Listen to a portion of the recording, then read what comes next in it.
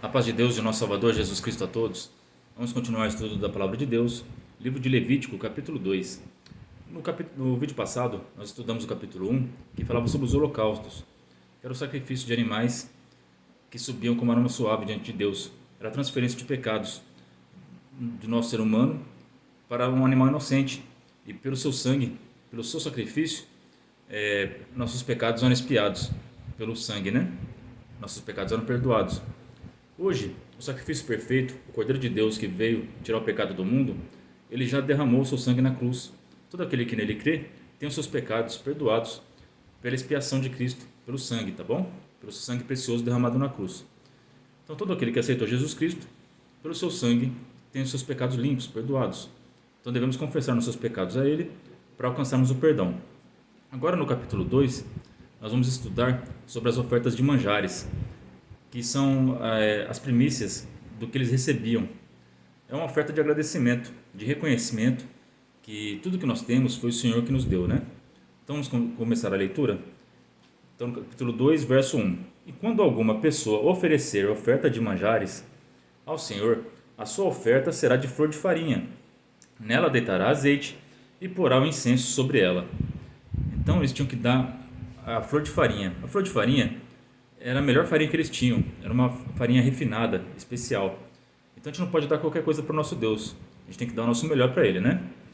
E essa farinha ela não podia ser entregue sozinha. Ele tinha que derramar azeite sobre ela. O que significa derramar o azeite sobre a sua oferta? É a unção de Deus.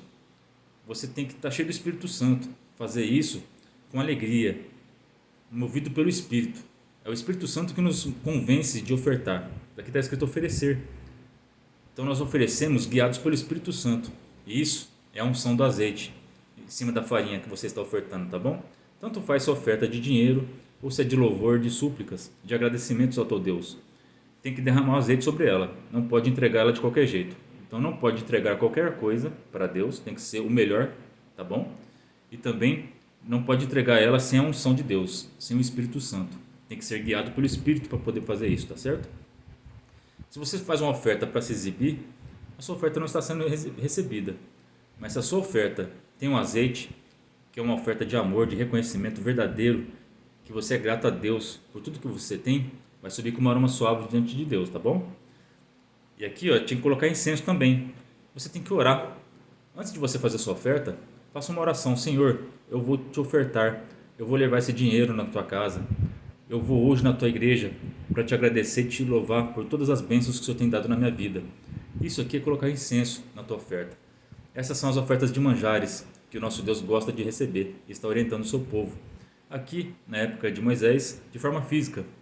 Mas nós, igreja, devemos ofertar o nosso melhor. Essa flor de farinha significa o nosso melhor, com unção, guiados pelo Espírito Santo, e com oração, que significa esse incenso aqui, tá bom? No verso 2 está escrito: E atrará aos filhos de Arão, aos sacerdotes, um dos quais tomará dele um punhado da flor de farinha e de seu azeite com todo o seu incenso, e o sacerdote queimará este memorial sobre o altar. Oferta queimada é de cheiro suave ao Senhor. Então nesse verso 2 aqui, o sacerdote ele pegava um punhado, uma parte dessa oferta que você dava, e queimava ela para subir com um aroma suave diante de Deus no altar, né? E a outra parte ele pegava para o seu sustento. Então é errado hoje os pastores, padres viverem do Evangelho? Não. Desde a época do Antigo Testamento já tinham esses mandamentos. E a gente vai ver no Novo também. Só que tem igrejas, que nem a que eu sirvo, que o ministério trabalha sem ganhar dinheiro da igreja. Eles têm o seu trabalho comum, como todo mundo. Eles fazem por amor, tá certo? O apóstolo Paulo também trabalhava dessa forma. Ele trabalhava por amor, ele fazia tendas. Então ele não precisava do dinheiro da igreja, porque ele vendia, ele trabalhava. Só quando ele tinha necessidade, porque todo mundo, mesmo trabalhando, tem necessidade, não é verdade? Quantas vezes, eu tenho certeza que todo mundo que está assistindo esse vídeo aqui, uma vez já passou necessidade na vida. E quem nunca passou, dá glória a Deus, porque muita gente passa necessidade no mundo, tá bom? Quando o apóstolo Paulo tinha necessidade, a igreja supria a sua necessidade. Mas ele fazia questão de trabalhar para dar bom testemunho, tá certo? Para que as pessoas não acusassem ele de nada. Ah, ele está vivendo do evangelho. Não, ele trabalhava. para dar bom testemunho, para evitar más conversas, né? Mas é errado o pastor e o padre viver da obra de Deus? Não. A palavra tem várias passagens na palavra de Deus que permitem. Tanto aqui, essa aqui é uma, aqui do Levítico 2, está ensinando que o sacerdote, o ministério, pode viver sim do fruto da igreja. Uma parte ele faz a obra de Deus e outra parte sobre a sua necessidade. É bíblico, está escrito assim. Os profetas também muitas vezes receberam ofertas, foram ajudados por pessoas nas suas missões. E no Novo Testamento também. Vários apóstolos também receberam ofertas e foram sustentados pela igreja. Faz parte. Só que tem o exemplo do Paulo, e é muito bonito. Então, quem vive o evangelho, tem o seu emprego normal e faz a obra de Deus por amor, sem receber dinheiro da igreja, ele vai receber o seu galardão no céu, né? Quem recebe o galardão aqui na terra já está recebendo o seu galardão, já está recebendo do fruto da igreja. Então, é melhor receber o galardão do céu, né? Esse vai ser um prêmio muito melhor, né?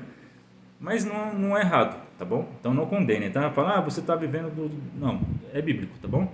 Só toma cuidado, se o seu pastor está com um carro importado e a igreja está andando a pé, tem coisa errada aí. Ele não está dividindo certo isso daqui, tá bom?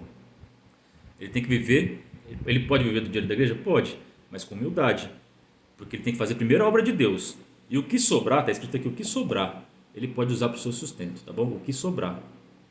Pastores e padres que estão assistindo esse vídeo, o que sobrar é seu. Primeiro atende a necessidade da igreja, da obra de Deus. Tem alguém na missa, padre, que está indo aí, que está com dificuldade de ir para a missa, porque não tem condição de ir para a missa. Santo Deus, vai lá dar carona para ele. Tem uma pessoa que não tem onde morar, faz mutirão na igreja, pega esse dinheiro dos dízimos e faz uma casa para essa pessoa. É o que sobrar que é seu, tá certo? Santo é o nome do Senhor Jesus Cristo. Ouça o que o Espírito Santo diz às igrejas, tá certo? Quem tem ouvidos, ouça. Pastores que gostam de andar com carro importado, não dá nem carona para os fiéis que vão à igreja, andam quilômetros para ouvir a palavra de Deus, toma cuidado. É só o que sobrar é seu, tá bom? E aqui, ó, isso aqui fica como um memorial. Então, quando você dá uma oferta para Deus, isso fica gravado, fica registrado. Tanto de dinheiro como de louvor, de agradecimento. Você entregou uma oferta do seu melhor, com unção, guiado pelo Espírito Santo, com alegria, com amor, e fez uma oração antes de ofertar, ficou gravado no céu. É um memorial diante de Deus, tá bom? Está registrado no seu livro da vida. Santo é Deus. Tem o livro da vida do Cordeiro e tem o livro das obras. Ficou registrado no seu livro das obras, tá bom? Tá lá registrado. Quando você orar, Deus vai abrir seu livro e vai falar: olha, ele deu o seu melhor, tá aqui registrado, eu vou atender a necessidade dele, tá bom? Então é importante fazer essa oferta de manjares, tá? Oferta de agradecimento, de reconhecimento a Deus. Deus se agrada e fica imemorial. Deus nunca vai esquecer de você, tá certo? Tá gravado, tá na memória de Deus, tá bom? E Deus não é homem para se esquecer, tá bom? E o que sobejar da oferta de manjares será de Arão e seus filhos, coisa santíssima é, de ofertas queimadas ao Senhor. Então o que sobrar será do ministério, era dos sacerdotes. Então vamos tomar cuidado, igreja, vamos tomar cuidado, ministério, pastores, padres que vivem disso aqui, tá bom? Não é errado, mas é só do que sobrar. Atende a necessidade da igreja primeiro, depois a sua. Aqui eu queria ler um verso de 1 Samuel, capítulo 21, 6. Então o sacerdote lhe deu o pão sagrado, porquanto não havia ali outro pão, senão os pães da proposição, que se tiraram de diante do Senhor, para se pôr ali pão quente, no dia em que aquele se tirasse. Então, quando Davi estava com fome, ele e seus companheiros, o profeta deu do pão santíssimo, deu daquele dinheiro que era só o sacerdote que podia comer. Então, qual que é a prioridade do ministério do sacerdócio? São as pessoas. Nada é mais sagrado e valioso para Deus do que a vida humana. Se você está suprindo a sua necessidade, você pastor, você padre, e você está deixando de suprir a necessidade de alguém que está com fome, toma cuidado. Não é isso que Deus quer. Deus quer que você supra a necessidade daquilo que é mais valioso. Você que é do ministério, foi chamado para trazer almas para o Senhor e para atender a necessidade dos aflitos, dos pobres. A verdadeira religião é aqueles que atendem a necessidade da viúva e do órfão, dos pobres que têm fome, daqueles que passam necessidade aqui nessa terra. A igreja tem que atender a necessidade do pobre, do carente. O sacerdote atendeu a necessidade de Davi, que estava morrendo de fome, dando aquilo que era sagrado, que era da obra de Deus, o dinheiro do dízimo, das ofertas. Ele abriu mão daquilo lá. Aquilo era santíssimo, era dele. Só que a prioridade não é o ministério. A prioridade é fazer a vontade do Altíssimo. E o que é mais valioso para ele é a vida humana. Então, vamos ajudar ao próximo, tá bom? Atende a necessidade da igreja primeiro, e o que sobrar é seu, em nome de Jesus. Para confirmar isso, está escrito em Mateus capítulo 12, 3 e 4. Mas ele respondeu-lhes: Não lestes o que fez Davi e seus companheiros quando tiveram fome? Como entrou na casa de Deus e como eles comeram os pães da proposição, que não é lícito comer nem a ele, nem aos que estavam com ele, mas exclusivamente aos sacerdotes. Então o próprio Senhor Jesus Cristo estava ensinando isso aqui aos fariseus. O que é mais sagrado para Deus e para Jesus Cristo, como ele próprio está dizendo, é a vida humana. Era a regra que o dízimo e as ofertas eram dos sacerdotes, mas a prioridade é aqueles que estão passando a necessidade. Então supram a necessidade da igreja, tá bom? Davi estava passando necessidade, ele e seus companheiros, e o sacerdote foi sábio, e mesmo ele desobedecendo as regras, ele supriu a necessidade de Davi e de seus companheiros, matando a fome deles com o pão da proposição, que não era lícito deles comerem. Então, se para ajudar um pobre, para ajudar um necessitado, pode quebrar as regras, tá bom? Porque eles são a prioridade. Se a prioridade do seu ministério não é trazer almas para Jesus e não é atender o pobre, você tem que rever seus conceitos, tá bom? Nasce de novo em nome de São Jesus. Vamos ler o verso 4. E quando ofereceres oferta de manjares cozido no forno, será de bolos asmos de flor de farinha, amassados com azeite, e coscorões asmos untados com azeite. Então aqui podia dar oferta de farinha, né? E também já podia levar os bolos feitos. Então aqui Deus está mostrando os tipos de pessoas, o tipo de ofertas que as pessoas levam a Deus. Tem pessoa que leva só o seu dinheiro e entrega para o ministério fazer a obra, né? Mas tem aqueles que já fazem a obra por completo, entregam pronto para o ministério. As duas formas vão agradar a Deus. Deus só está mostrando o exemplo, os tipos de pessoas que existem. Tem a pessoa que se contenta só em dar o dinheiro e falar, já ajudei, né? Ele não foi lá atender o pobre, mas ele deu dinheiro para o ministério ajudar. Já fez a parte dele. Amém, glória a Deus. Deus te ama, mesmo assim. Mas tem aqueles que não ficam satisfeitos só em dar a farinha. Eles já querem levar o bolo feito para a obra de Deus. Então, esse tipo de pessoa aqui é aquele que não se contenta só em dar o dinheiro para ajudar o pobre. Ele gosta de ir lá, ele mesmo, ver a necessidade da pessoa que está precisando e suprir aquela necessidade. Ele é aquele que está vendo uma pessoa que parou de ir para a igreja, ele não pede para alguém lá, não vai lá avisar o ministério, olha, aquela pessoa parou de ir para a igreja, vamos orar por ele, vamos ajudar. Oração é importante, sim. Se você está orando por uma pessoa que está dessa maneira, você está dando uma oferta de farinha, Deus se agrada também. Mas se você orou, deu a oferta da farinha e foi lá chamar aquela pessoa para voltar para a igreja e aquela pessoa voltou, santo Deus, você deu o bolo completo, você fez a obra de Deus por completo, entregou pronta para o ministério. Agora o ministério é só pregar. E Deus se agrada também. Deus se agrada dos dois tipos de pessoas, porque Deus sabe os limites, as limitações de cada um. Cada pessoa tem uma personalidade e tem uma missão, né? Mas aqui Deus está mostrando os tipos de pessoas, de ofertas que a gente pode dar. Então se esforcem para dar o bolo pronto já, que ajuda bastante a obra de Deus, né? Vai crescer mais rápido, né? O verso 5. E se tua oferta for oferta de manjares cozida na caçula, será da flor de farinha, sem fermento, amassada com azeite. Verso 6. E pedaços a partirás, e sobre ela deitarás azeite, é oferta de manjares. E o verso 7. E se a tua oferta for oferta de manjares, da sertã, sertã é frigideira, tá? A tradução aqui, eu fui pesquisar que eu não sabia o que era sertã, né? Far-se-á da flor de farinha com azeite. Então trarás a oferta de manjares, que se fará daquilo ao Senhor, esse apresentará ao sacerdote, o qual a levará ao altar. Então leve as suas ofertas ao sacerdote, ele vai levar ao altar, tá bom? Aqui, eu esqueci de falar, no verso 4 está falando que para fazer o bolo, né, tinha que levar ao forno, né? Eu estava estudando para fazer esse vídeo aqui, eu achei uma coisa muito legal, eu quero compartilhar com vocês. Eu vi o comentário de um irmão, que ele estava estudando esse verso aqui, e ele falou assim, né, que o que simboliza essa farinha, essa oferta de manjares feita no forno, o forno você prepara o bolo e você coloca dentro do forno. Aí você não vê ele crescer, né?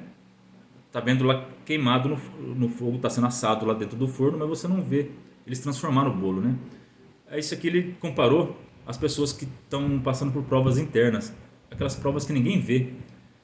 Às vezes você está num dia triste, está sofrendo bastante, mas uma pessoa pergunta para você como que está o seu dia, você fala, tá tudo bem, graças a Deus. Ninguém sabe que você está passando por dificuldade, mas dentro de você está acontecendo uma transformação, está tendo uma prova, você está com uma tristeza muito grande, você está com uma ansiedade muito grande, ou você está preocupado com essas coisas daqui da terra, mas quando você se entrega a sua vida a Jesus, você é transformado por dentro, e logo quando você sai do forno, a obra, você está um bolo transformado no glória a Deus.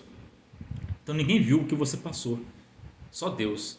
Só Deus conhece a tua prova e Ele que preparou para você se transformar nesse bolo bonito que você é hoje, né? Eu achei muito legal o que ele explicou. Aí ele comparou também esses outros versos aqui, porque outros são feitos na frigideira e na caçula aqui é aquele caldeirão, né?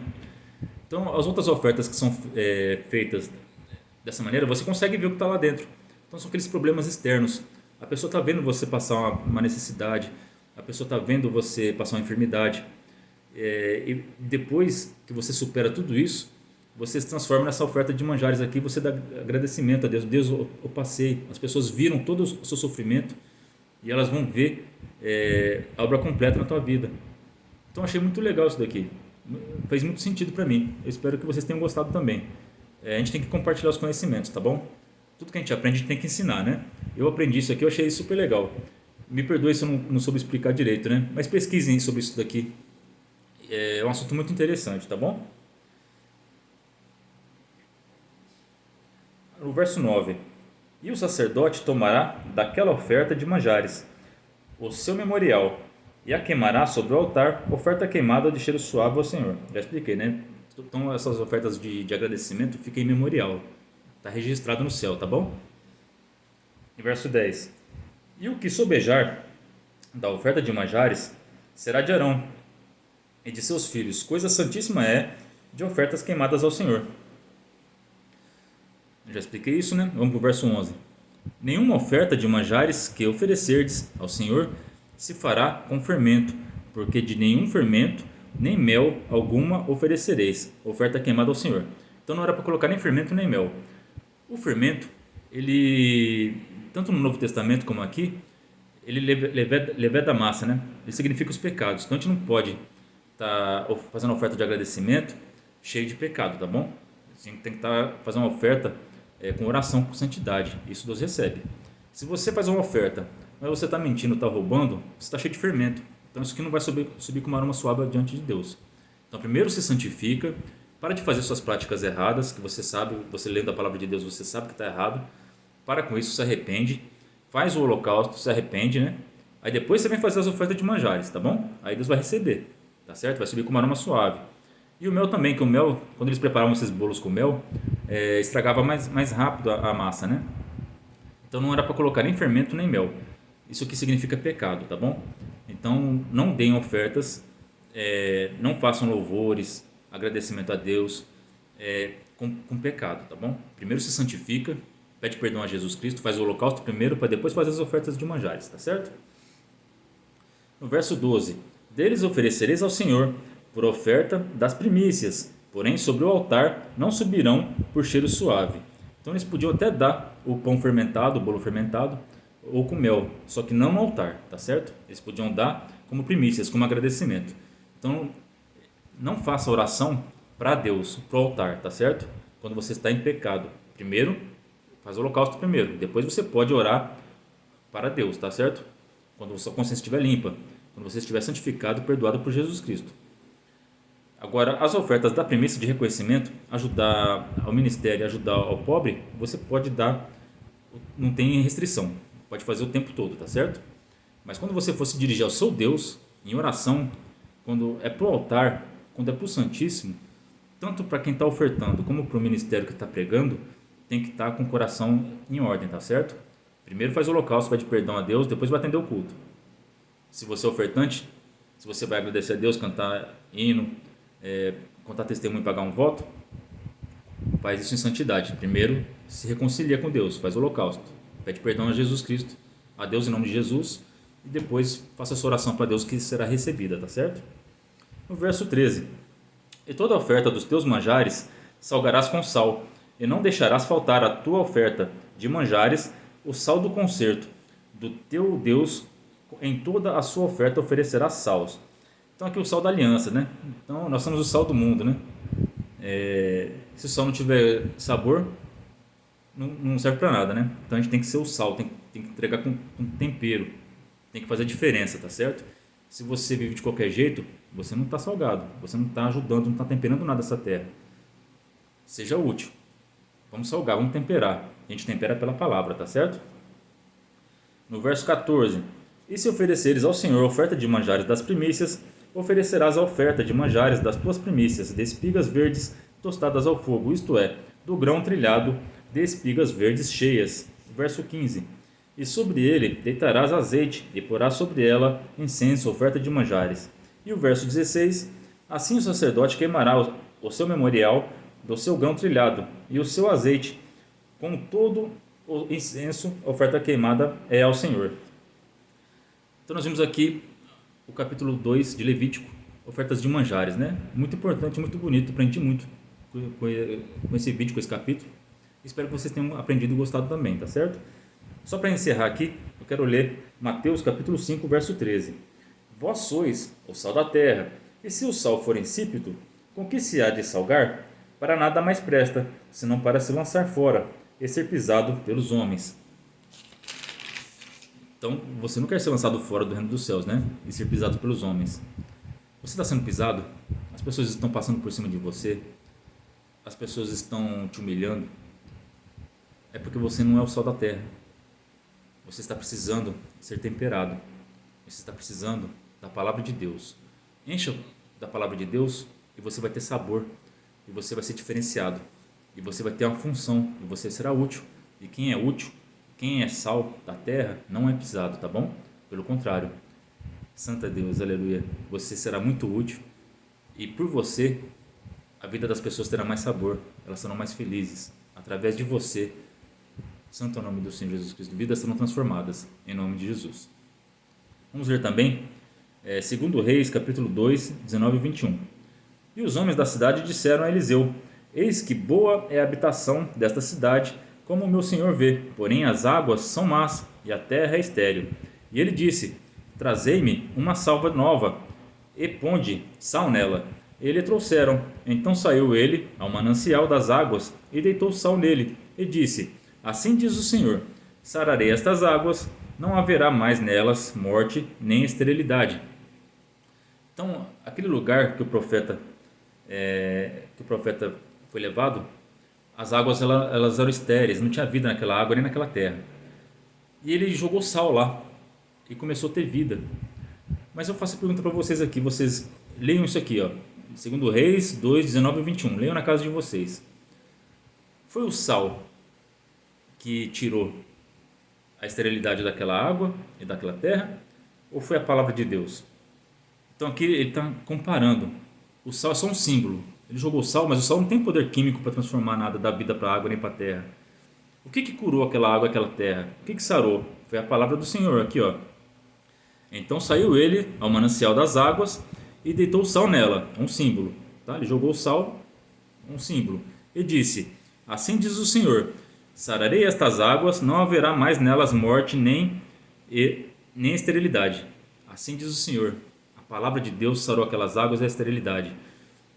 A palavra de Deus agora, em nome do Senhor Jesus Cristo, vai sarar a tua vida, a tua esterilidade. Você, mãe, vai ter filhos. Pai, você vai ter filhos. Sua casa não vai ser mais estéril, vai ter vida. é vida, santo é Jesus Cristo, pela palavra de Deus.